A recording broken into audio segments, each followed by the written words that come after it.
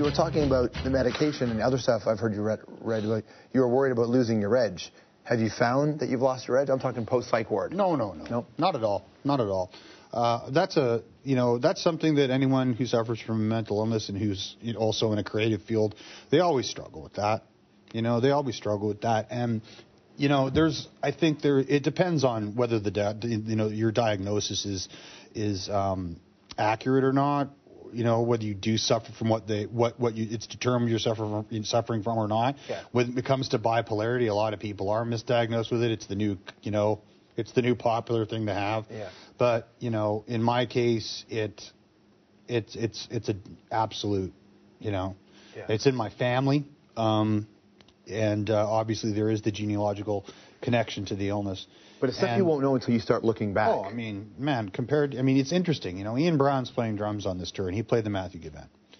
And, it's been 10 years since me and Ian even stood on a stage together, and that no one talked for a long, long time. I had Ian over for dinner probably in June, because Jeff died last year, the original bass player. And I saw it, it was so ridiculous that at Jeff's memorial, like Dave wouldn't come till I left.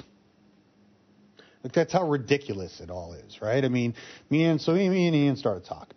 That's crazy, dude. It is. Me and Ian started talking, and and it was just like we went to high school together, and I don't know. It just was. We both just went, this is stupid. So when I found out I needed a drummer in July, it was the only phone call I made. I'm like, you want to come play drums, man? And he's like, yep. And we've been having a blast. Because all that old crap's gone. Because you understand it differently. I guess they do too, right? Because we're grown men. We're not 26, 25 years old, which is ironic in this society to say that, isn't it? Because in most other societies, you're an old man when you're 25. That's right. It's a whole different thing now, and there's no room for it in your life.